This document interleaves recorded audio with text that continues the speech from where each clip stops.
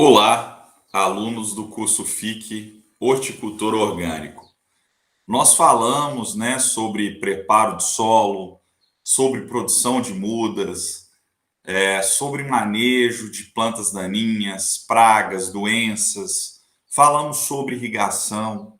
Mas antes da gente concluir, o nosso ciclo e começar a falar de colheita, de comercialização, eu gostaria de trazer um assunto bem importante, para a gente e que é bastante atual, que é falar um pouco sobre agrobiodiversidade, que pode ter uma importância muito grande aí no planejamento dos nossos sistemas.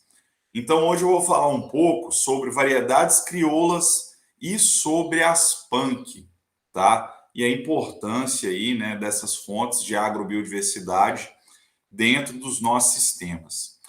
Primeira coisa, pessoal, a gente sempre fala, em agrobiodiversidade, em diversificar o ambiente de cultivo. O que é a agrobiodiversidade, né? A agrobiodiversidade são todos os componentes vivos de um agroecossistema, tá? Além dos processos, que surgem das interações desses organismos vivos, ok?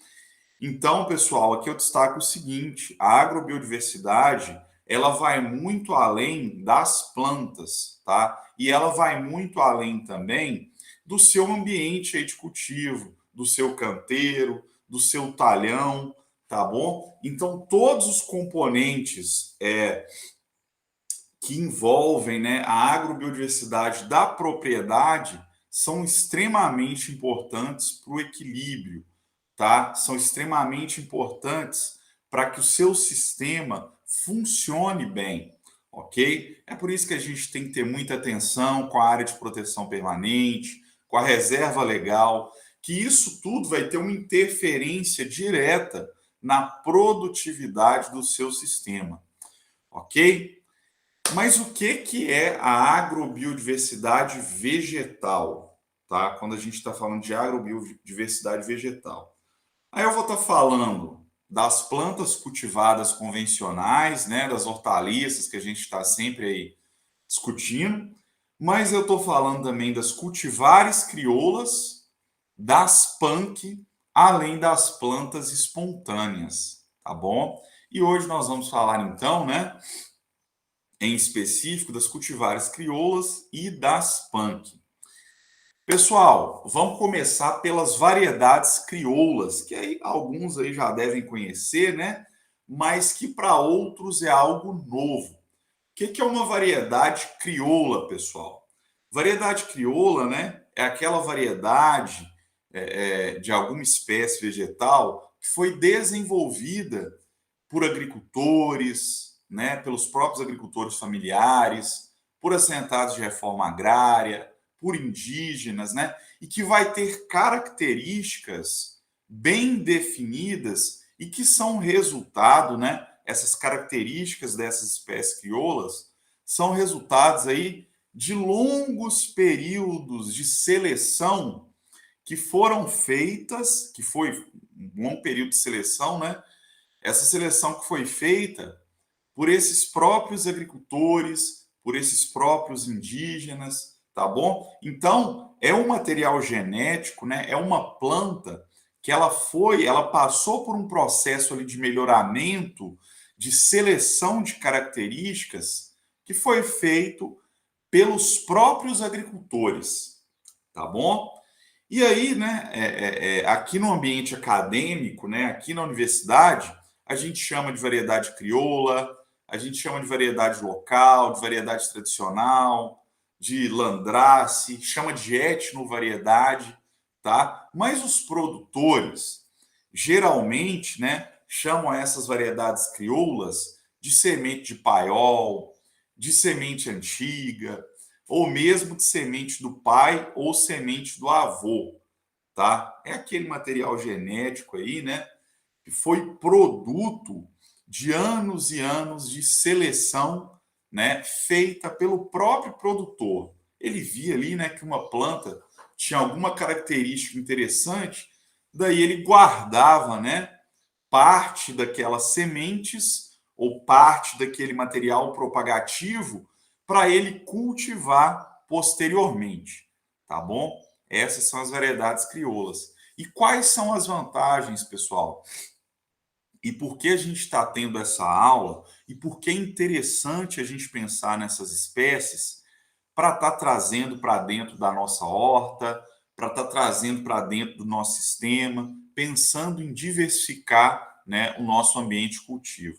Pessoal, primeira vantagem dessas variedades, né, é que elas têm alta adaptabilidade, né?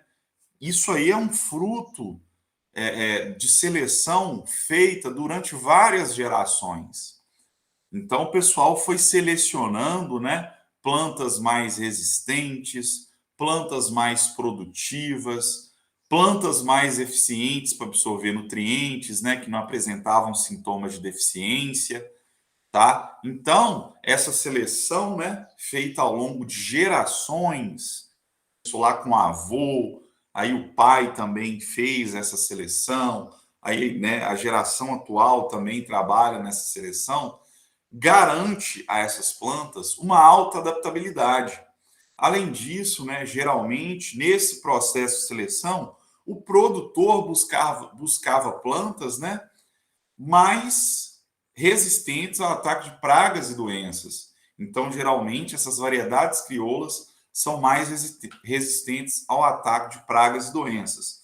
Além disso, pessoal, naturalmente, né, o custo de aquisição desse material vai ser bem menor, né, que o custo de aquisição de um material comercial, de uma variedade comercial desenvolvida pela indústria, tá bom? Além disso, né, como são espécies, como são variedades aí, fruto, né, de anos de seleção, de anos de busca por características favoráveis, elas são menos exigentes quanto à artificialização do ambiente de cultivo.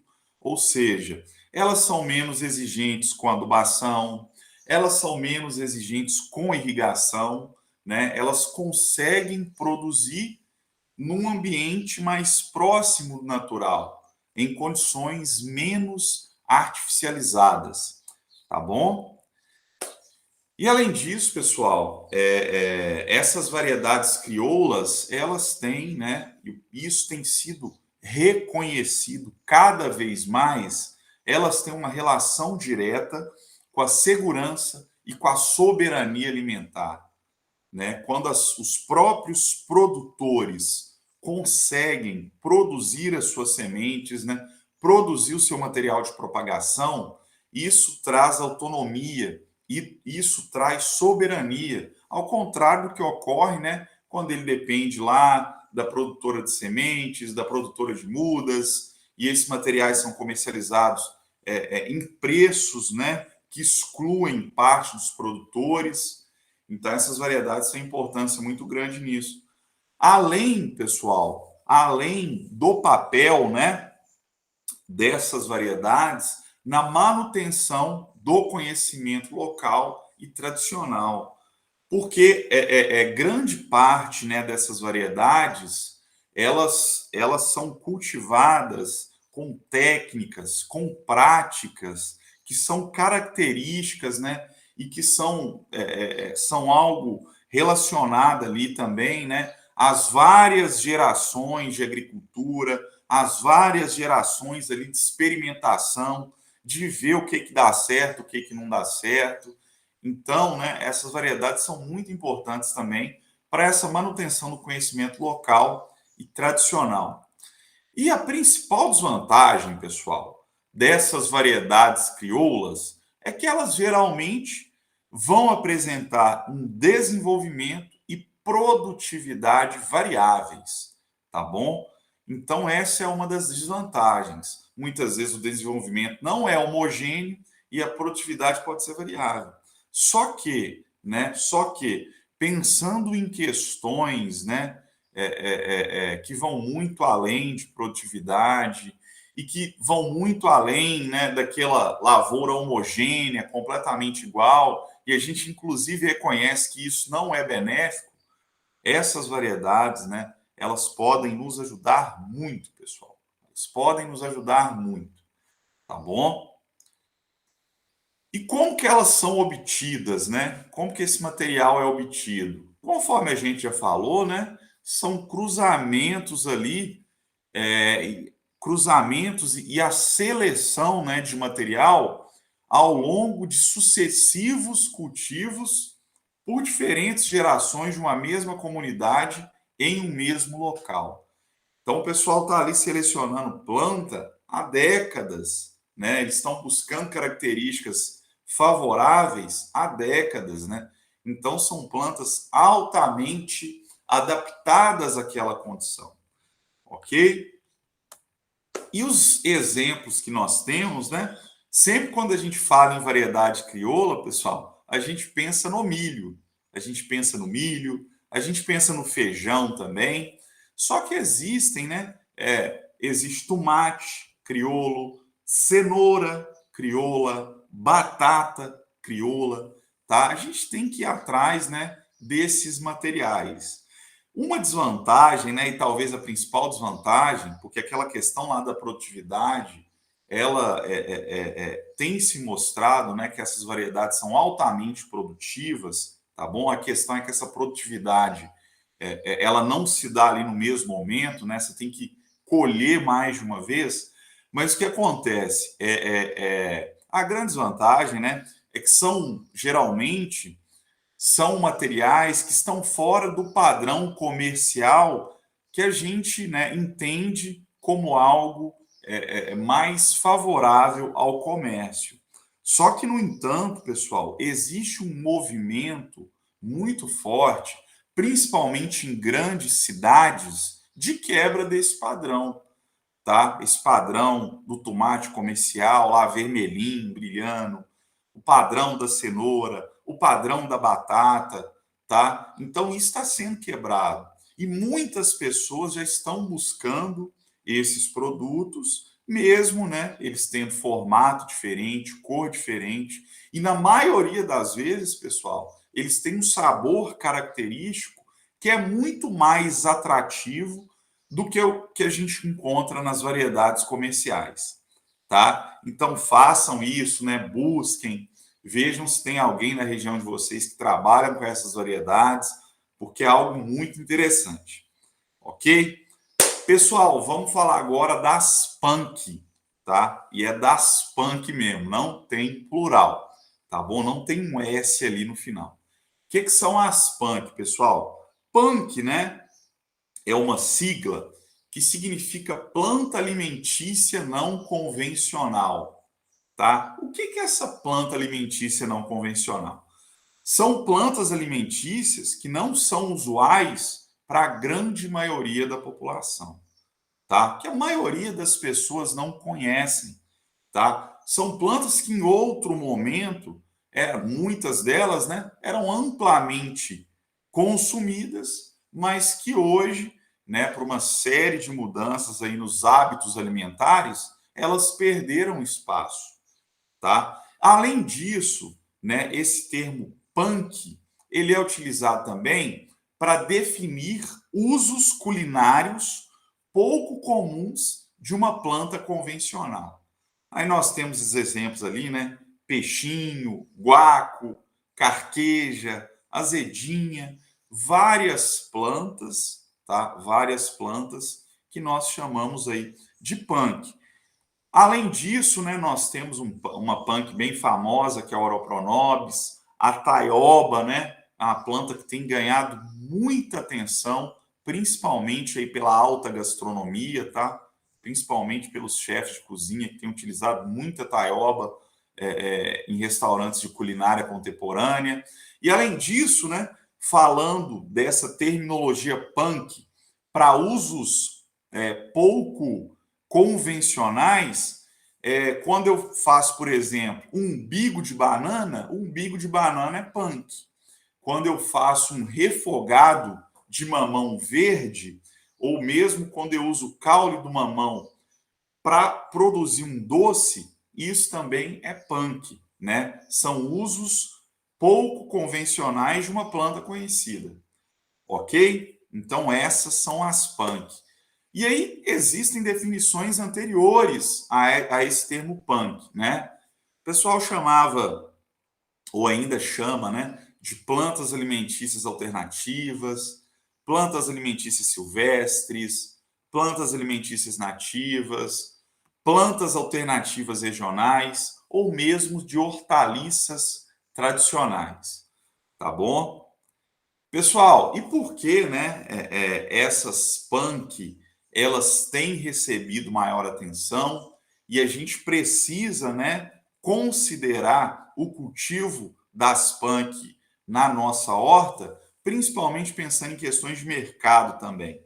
As punk, pessoal, são fontes, né, equilibradas de nutrientes. Então, geralmente são plantas altamente nutritivas, ok? Além disso, elas, assim como as variedades crioulas, elas têm uma alta relevância na segurança alimentar também, principalmente em países de clima tropical, tá? São plantas aí de uma importância muito grande. E aí, quando a gente vai avaliar a composição dessas punk, né?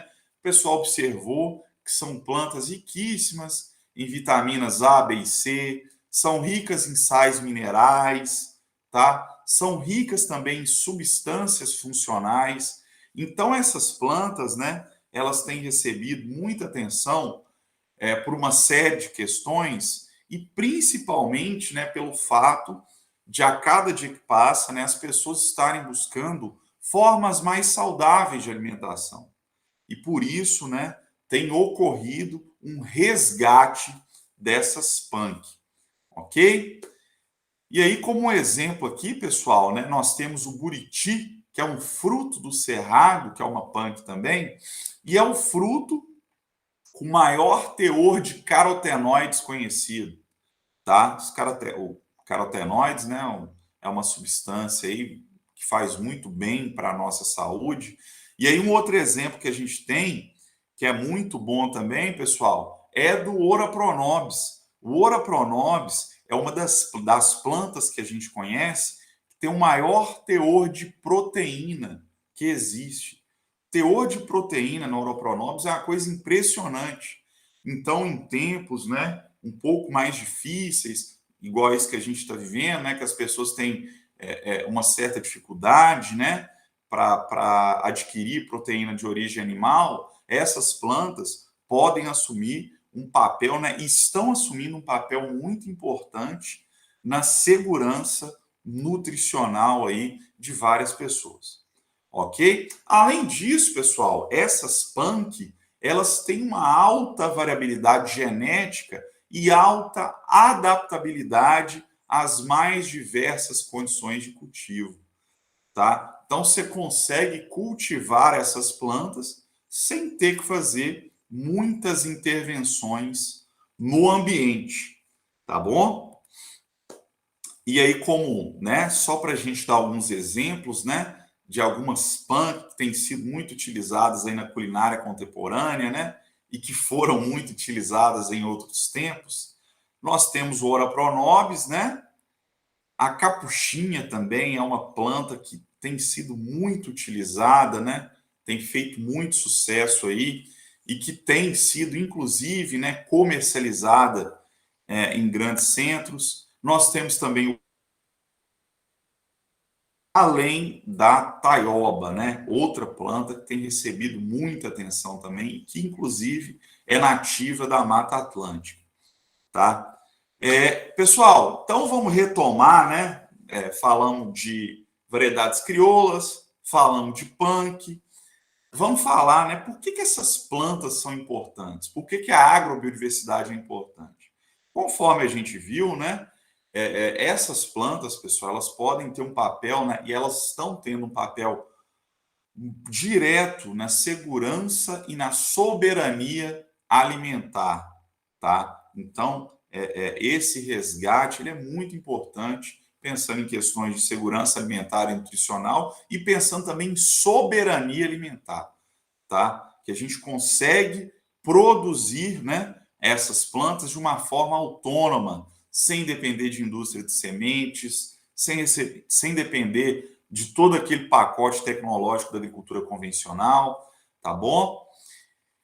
E, assim, essa agrobiodiversidade, pessoal, essas plantas altamente adaptadas, isso é uma coisa, né, muito importante para o equilíbrio ecológico e para a tolerância aos distúrbios, tá bom?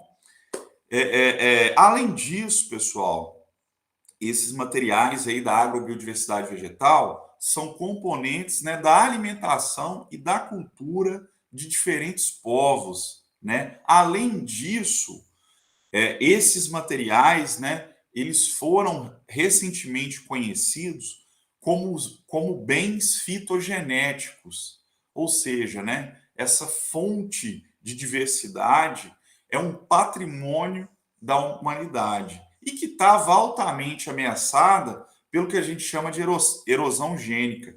Então, o que estava acontecendo? A gente estava naquele processo, né, de pós-revolução verde, de completa homogeneização das nossas propriedades, né? Completa homogeneização do ambiente de cultivo. O pessoal só cultivava e só consumia as mesmas plantas, e essas plantas, né, essas variedades e também as punk, elas foram ficando à parte. Elas, inclusive, né, vários desses materiais foram extintos em algumas regiões. Mas hoje a gente tem aí, né, a gente observa uma tendência de resgate e revalorização, que é o que a gente vai começar a falar agora. Por que tem ocorrido esse resgate, pessoal? Conforme a gente tem visto, né, a agricultura moderna, ela apresenta claros sinais de colapso, né, e está diretamente relacionado ao manejo dos recursos genéticos. Ou seja, todo esse movimento, né, que existiu para a homogeneização do ambiente de cultivo, para a gente ter a mesma planta e plantas indivíduos iguais, né, sem variabilidade genética, isso fez um mal danado para a agricultura. E aí o pessoal, né, mesmo da agricultura convencional, tem reconhecido a importância dessas plantas e principalmente, né, principalmente o papel delas quando a gente pensa, por exemplo, num cenário de mudança climática. Eu vou dar um exemplo para vocês, né, muito interessante, que é o seguinte: o pessoal do melhoramento genético, da transgenia, da indústria de sementes, está indo lá naquele pequeno produtor que trabalha com variedades crioulas para tentar, né, encontrar lá nessas variedades crioulas genes de resistência relacionados com tolerância ao calor, com tolerância à seca, com tolerância a diferentes estresses, né? Tá indo lá nesse pequeno produtor, né, para encontrar genes relacionados à melhor absorção de nutrientes, tá? Então tem todo um movimento aí, né, de resgate e ressignificação dessa agrobiodiversidade. Além disso, né, conforme a gente falou, eram plantas amplamente consumidas em outros tempos. Então, a reintrodução dessas plantas no cotidiano alimentar da população como um todo, né, ela não é algo tão absurdo e tão difícil assim. E tem acontecido, tá bom? Além disso, né, conforme eu coloquei, são plantas, né, com composição interessante, com teor de nutriente muito interessante, e isso dialoga, né, muito diretamente com a busca que a gente tem observado por dietas, né, cada vez mais saudáveis e sustentáveis, tá? E sustentáveis. E isso, né, tem gerado uma demanda por esses alimentos no mercado, tá bom? Além disso, pessoal, uma outra questão interessantíssima sobre variedades crioulas e sobre punk é uma mudança que teve, né, em relação à culinária no Brasil. Porque antes se valorizava muito, né, na alta culinária, coisas que vinham de outros países, né? Aqui no Brasil você tinha influência muito forte, por exemplo, da culinária francesa, um pouco da culinária italiana, né? E hoje existe um movimento de valorização, né, nessa alta gastronomia existe um movimento de valorização da culinária brasileira utilizando ingredientes regionais, tá? E aí a culinária, ela é um pouco como a moda, né? Então, se o povo vê na televisão, por exemplo, essas plantas em evidência, eles vão, né, certamente buscar isso no mercado, resgatar aquelas técnicas de preparo, tá bom? Então, isso também tem contribuído bastante para gerar essa demanda, para ter esse resgate e ressignificação desses componentes da agrobiodiversidade. Só que ainda existem alguns desafios, tá? Obviamente, nós precisamos, né, de políticas públicas que incentivem essas formas tradicionais de agricultura, inclusive nós temos algumas, tá? A gente precisa também, né, de instrumentos legais que reconheçam o papel dessas comunidades que conservaram durante décadas esse material genético. A gente precisa reconhecer esse papel, reconhecer também o trabalho dessas comunidades nesse processo de melhoramento genético que foi feito aí ano após ano, ciclo após ciclo. Inclusive já tem uma lei, né, que chama aí repartição dos benefícios. E essa lei ela diz o seguinte: se a empresa de melhoramento genético for lá naquele produtor, né, buscar um gene relacionado à resistência, né, para tentar desenvolver uma variedade comercial mais resistente à seca, mais resistente ao calor, ela tem que posteriormente, né, devolver para a sociedade parte do lucro que ela obteve comercializando essa semente, comercializando esse material genético que surgiu a partir, né, de uma variedade que foi desenvolvida, né, por determinada comunidade, tá bom? Então a gente já avançou um pouco nisso. Em relação aos produtores, né, que eu acredito que vocês entram aqui nessa parte, isso é muito importante. Chegou o momento, né, de criar e fortalecer cadeias produtivas, tá? Nós precisamos voltar a produzir esses alimentos em escala para que eles voltem, né, de forma efetiva ao mercado. Tem se procurado esses produtos, pessoal. O que a gente vê, principalmente em cidades maiores, é a procura por esses produtos, tá? Além disso, né, sempre buscar dimensões, explorar, né, outras dimensões e fontes de renda relacionadas a esses produtos. Aí tem curso, principalmente relacionado à técnica de preparo, né? Porque essas técnicas de preparo também foram sendo perdidas ao longo dos anos. Então, muitas vezes, o que a gente tem observado é o seguinte: aquele chefe de cozinha da alta gastronomia, por exemplo, ele está indo lá na comunidade, ele está indo lá no pequeno agricultor para aprender como preparar esses alimentos. E aí tem o turismo gastronômico também, que é algo bem interessante. E nós precisamos redesenhar os nossos agroecossistemas, né, de forma a incluir essa agrobiodiversidade local, né? Existem variedades crioulas na minha região, tem alguém que trabalha com isso, ou tem alguma comunidade que tem um material lá bacana. E as punk, né? Quais punk são comuns na minha região? Só um parênteses, eu até com material lá de sugestão de leitura, né? Para quem quiser se aprofundar no assunto, eu vou deixar lá um livro, eu acho que chama Alimentos Regionais Brasileiros. Aí, de acordo com a sua região, vai lá e vê, né, o que tem de punk e quais são as propriedades dessas plantas, como que é o cultivo. Dá uma olhada lá, tá bom? E isso é algo que depende muito também dos consumidores, né? É aquela quarta etapa lá da transição agroecológica, é uma mudança na sociedade, é uma mudança nas pessoas, e isso já vem acontecendo, tá? As pessoas precisam conhecer para consumir. Muita gente não conhece mais essas plantas. Quem conhece é a avó, quem conhece é o pai, e existe, né, todo um movimento para trazer de volta essas plantas para o cotidiano alimentar das pessoas. Vou dar um exemplo. Aqui em Florestal existe, né, já um projeto do município que envolve a inclusão dessas plantas na merenda escolar.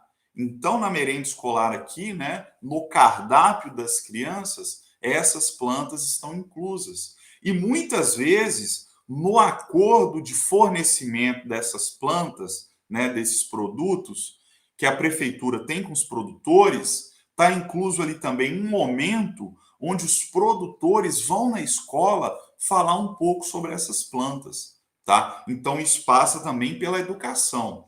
As pessoas precisam voltar a conhecer para consumir. E essa criança que consome na escola, né, quando ela vê aquilo na casa dela, ela não vai estranhar, né? Não vai ser algo estranho para ela. E a gente não pode deixar também, isso era uma coisa que ainda vem acontecendo, é reduzir esses produtos a nichos específicos. Porque o que a gente tem observado? Quem consome, né, quem está consumindo esses produtos é o pessoal das comunidades, né, é o pequeno produtor familiar, é o quilombola, é o indígena e lá no outro extremo o pessoal que vai no restaurante de alta gastronomia.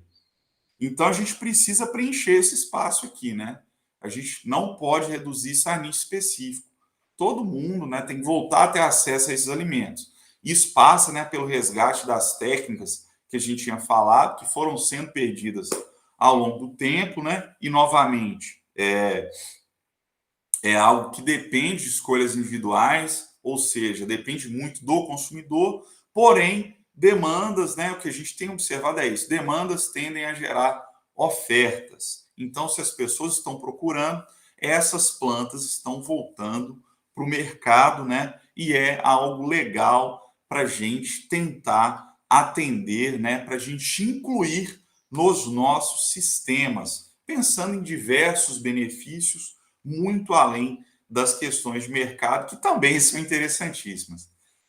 Beleza, pessoal? Nossa aula de hoje era isso, né? Era essa, conforme eu coloquei, né? É um tema aí muito atual e bastante interessante que a gente precisava falar antes de começar a falar de colheita e comercialização. Se você tem dúvidas, né, não deixe de participar lá do atendimento e também, né, se você quiser compartilhar algo em relação à variedade crioula, em relação à sua experiência com o punk, vai lá também, tá? Você pode utilizar o fórum de dúvidas ou me escrever. Beleza, pessoal? Bons estudos e um abraço.